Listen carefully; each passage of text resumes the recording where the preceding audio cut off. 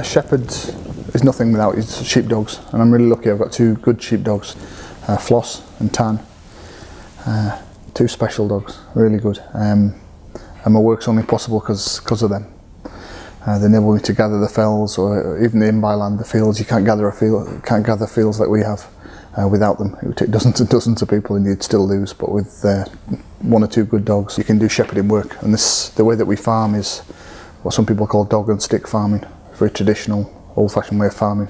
The rest of the world has sort of changed around us, and because the fells are so, historically we're quite isolated and quite poor, and because there are no other options if you want to farm here than to farm sheep with a dog and a stick, a really old-fashioned kind of farming survived, and I wanted to write a book and tell everybody about it and why I love it and why it's beautiful and special and historically significant, and to try and share that with other people so that other people can see it better than they have done before.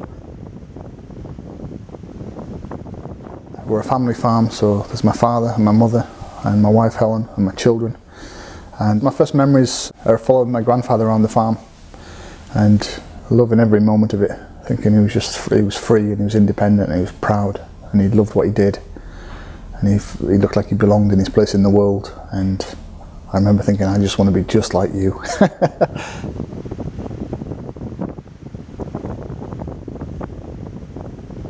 My sheep that I take back to the fells have been looked after by many, many different shepherds over hundreds, maybe even thousands of years, but they're an unbroken chain back into a period of 1,000 years, 2,000 years, maybe 3 or 4 or 5,000 years ago.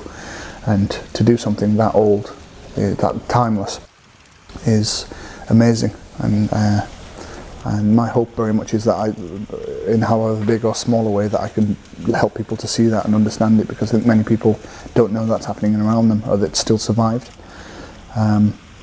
And my book is an attempt to share that world and explain it, and to explain why we the people are hefted as much as the sheep are hefted, that there's a really deep sense of rootedness and belonging, and it makes for a certain kind of people that are shaped by the landscape and they shape it in turn, and that we're proud of what we are, proud of where we came from, proud of what we are now, and proud of what we're trying to do, which is to try and keep it going in the future.